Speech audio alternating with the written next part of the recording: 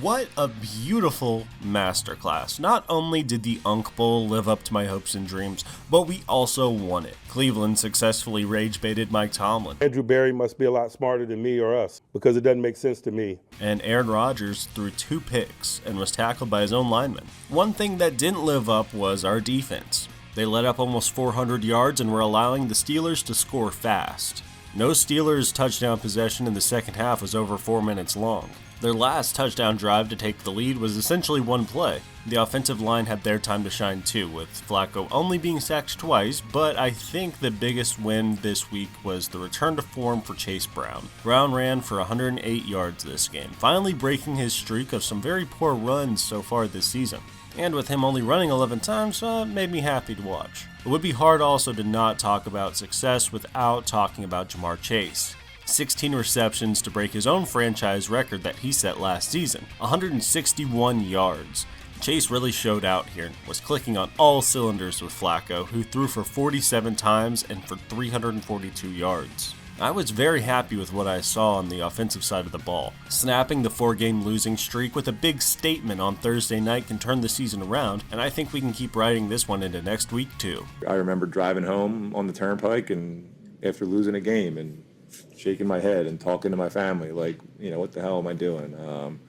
This is not fun. The Jets are coming out to Cincinnati next week after an embarrassing loss at home this past week. The big question this week is, who's the starting QB coming to Cincinnati? All the Jets benched Justin Fields in the third quarter to allow Tyrod Taylor to come in and finish the game. The Jets lost either way, and it's unclear who will still be facing on Sunday. Early Wednesday morning, Adam Schefter said that Tyrod Taylor is now considered day-to-day due to a knee injury. With that, I would guess that we're up against Fields this week. Now, I wouldn't expect any blockbuster trade, but I wouldn't be surprised if Brady Cook was elevated from the practice squad as well, because things don't seem to be going well for the Jets right now.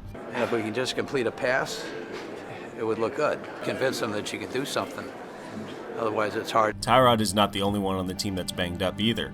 Sauce Gardner also left Sunday's game early and is currently under concussion protocol. The passing game may not have a clear answer if Garrett Wilson is still out as well, as he is considered day-to-day. The biggest playmakers on the offensive side of the ball that Cincinnati needs to be on the lookout for is Breece Hall and the potential for Justin Fields to run option plays. While I liked what Cincinnati was doing during the Unk Bowl, we still allowed 147 rushing yards last week.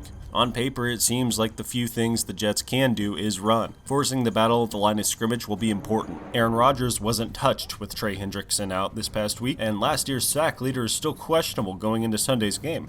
We'll have to see how the Bengals do, as the Jets allowed 6 sacks this past week against Fields and Taylor. Ruling the trenches here will be key as we try to get this season properly turned around next week as we welcome the Jets. One of the shining parts this season is the amount of parity in the league.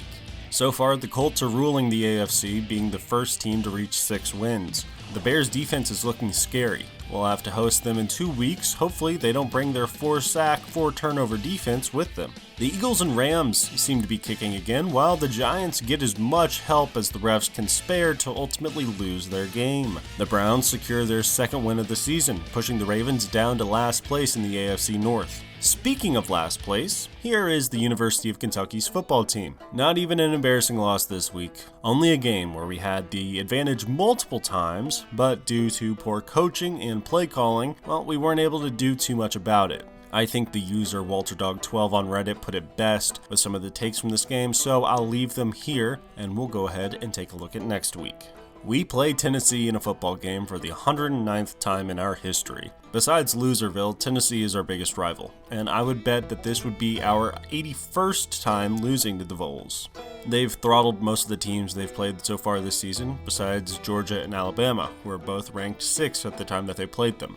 I would expect a high-flying offense to meet us at Kroger Field. The Vols are second in points per game so far this season, with 44.1 points. With both defenses not being great against the run and just awful against the pass, I could see a lot of chucking in this game and high score. My best guess, I could see this game being 42-24 Vols, which I just hate to say.